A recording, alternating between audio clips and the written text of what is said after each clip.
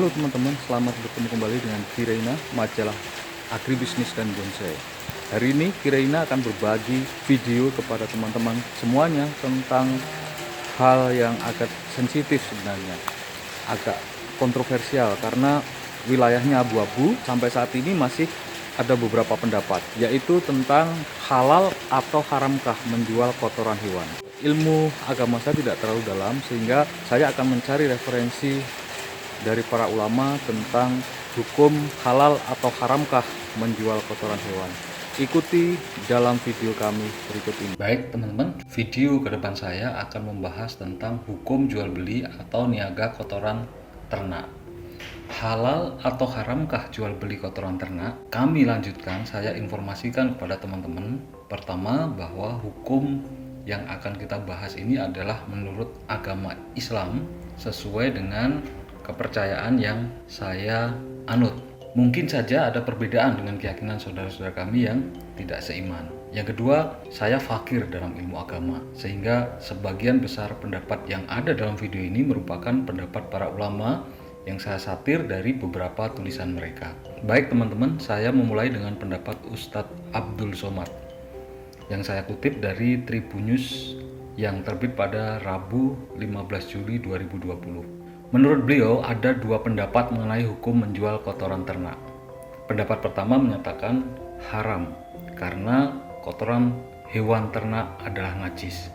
Kata yang mengharamkan jual kotoran ternak itu najis. Maka menjual najis hukumnya haram. Begitu kata Ustadz Abdul Somad atau yang sering disebut sebagai UAS.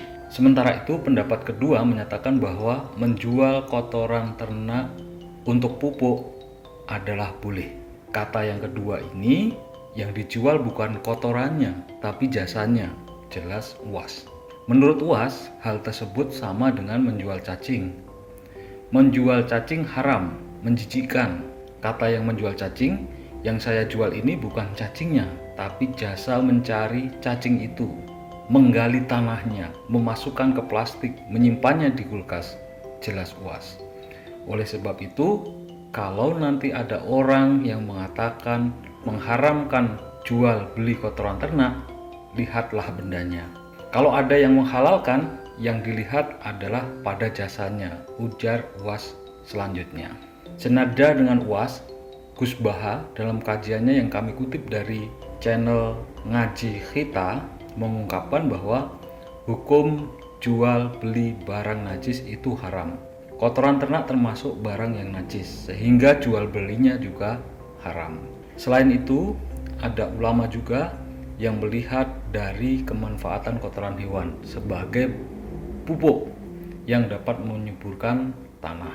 Atas dasar itu, maka hukum jual belinya menjadi halal, terang Gus Baha. Baik, itulah dua pendapat yang disampaikan oleh UAS dan Gus Baha tentang halal dan haramnya kotoran hewan. Kita akan melihat dari sisi halalnya kotoran hewan itu sebagai pupuk. Apa sih manfaat dari kotoran hewan? Saya akan menyampaikan sebagian manfaat kotoran hewan untuk pupuk. Pupuk merupakan material yang ditambahkan pada media tanam untuk kebutuhan hara tanaman sehingga dapat berproduksi. Pupuk sendiri dibagi menjadi dua macam, yaitu pupuk organik dan anorganik. Pupuk organik yang mempunyai beberapa macam, salah satunya adalah pupuk kandang atau yang kita kenal juga sebagai kotoran hewan.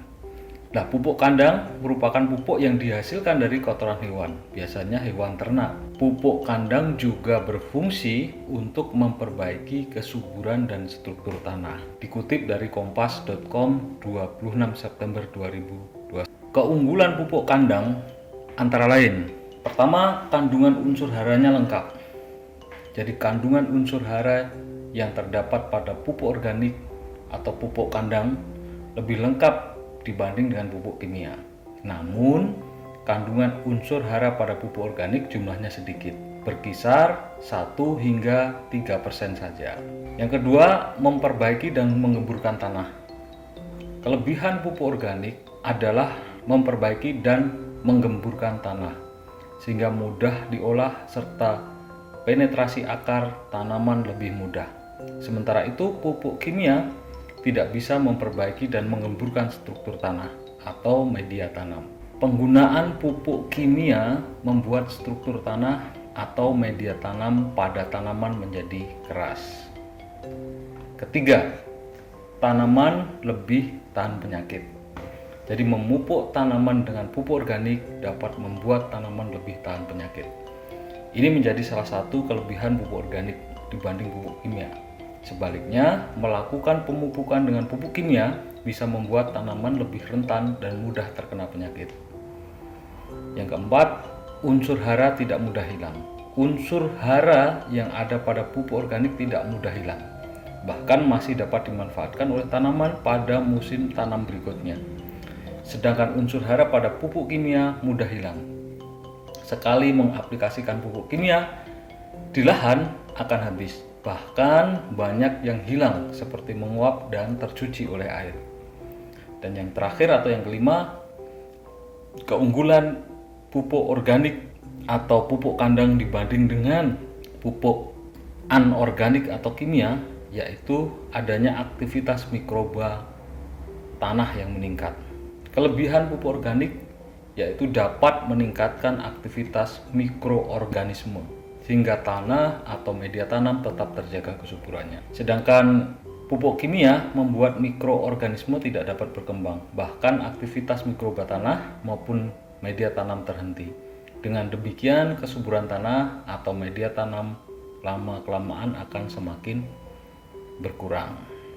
Jadi jelas sudah teman-teman, berniaga atau jual beli kotoran hewan haram hukumnya jika dilihat dari wujud najis bendanya, yaitu kotoran hewan. Namun halal jika dilihat dari segi kemanfaatannya. Jual beli yang ada di dalamnya merupakan jasa dalam pengelolaan kotoran hewan ternak menjadi pupuk kandang. Sampai di sini video kami, ada salah dan kekurangannya kami mohon maaf. Semoga menambah informasi dan bermanfaat untuk kita semua. Terima kasih dan sampai bertemu di video-video kami selanjutnya.